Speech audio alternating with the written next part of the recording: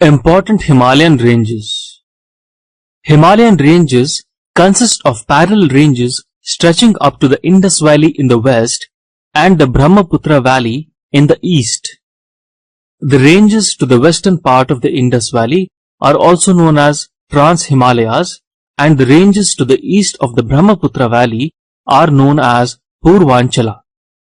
There are three ranges of Himalayas stretching from the north to the south.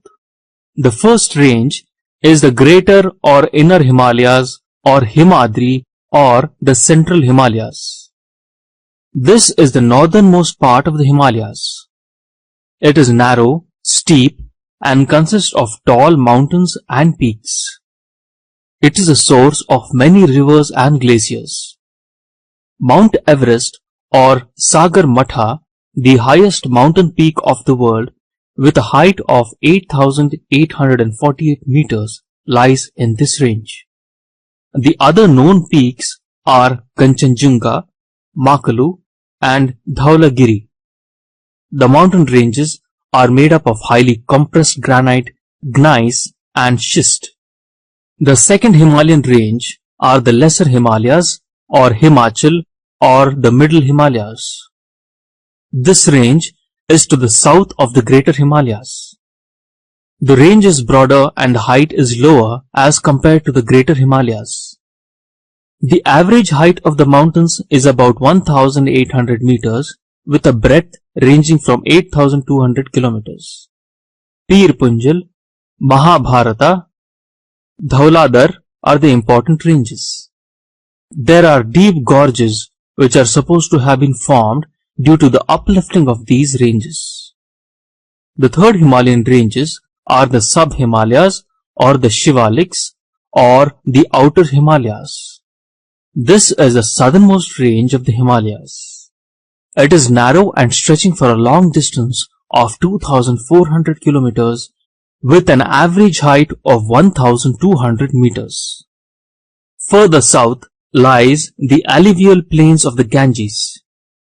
The Shivaliks range is prominently seen in the western parts, whereas in the eastern parts it is eroded and buried under the alluvium of the rivers. One more range called the Tibetan Himalayas exists, which is further north of the Greater Himalayas.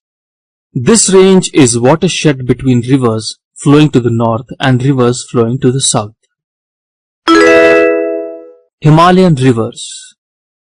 Major rivers of the north owe their origin to the Himalayas, and they form vast drainage systems in the North Indian plains and topography. There are three such systems. The first system is the Indus system. River Indus rises from the Tibetan plateau around the famous Manas Sarovar lake. Rivers Jhelum, Chenab, Ravi, Bias, and Sutlej are important tributaries. The river drains both India and Pakistan. Indus forms a large delta near Karachi and then enters the Arabian Sea.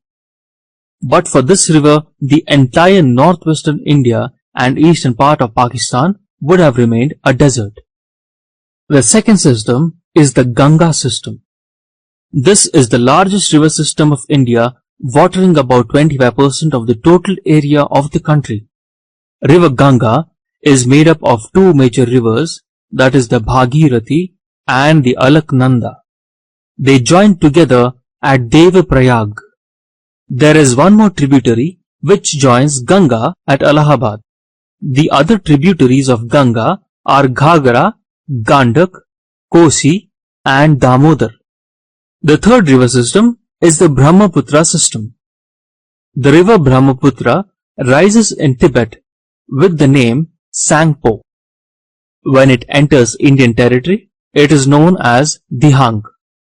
River Brahmaputra is joined by tributaries such as Shubhanisari, Dhansiri, Manas, and Teesta. River Brahmaputra initially flows from the west to the east, and in Arunachal Pradesh it turns to the south. Then again it turns to the east, entering Bangladesh. The Teesta River is the subject matter of dispute on water sharing between India and Bangladesh. Both Brahmaputra and Ganga join in Bangladesh and form an extensive delta called the Sundarbans. Part of the Sundarbans is in Bangladesh and in West Bengal. The rivers in peninsular India. The peninsular India has two river systems, one system flowing from the Bay of Bengal in the east and another flowing from the Arabian Sea in the west. The west flowing river systems are Brahmana Suvarna Rekha system, the Mahanadi system, Godavari system, the Krishna system and the Kaveri system. The east flowing river systems has three rivers, namely Narmada, originating in Amarkantak Plateau, Tapi and Sabarmati originating in arrivals and flowing into the Gulf of Cambay. Differences between Himalayan and peninsular rivers. The Himalayan rivers are supposed to be older than the present landforms and topography on which they are flowing now. It is believed that the rivers existed earlier and later Himalayas emerged, thus changing the course of the rivers. Himalayan rivers are perennial and carry large amounts of water. In the summer, snow melts and makes the rivers perennial. The erosive capacity of Himalayan rivers is big and they form big alluvial plains and deltas. On the other hand, peninsular rivers are rain-fed and they follow the general slope of the plateau. The river course is well defined and developed. The plains formed by these rivers are not big as compared to the Himalayan rivers. The peninsular rivers are small and slow as compared to the Himalayan rivers and therefore do not have much potential for hydroelectricity generation.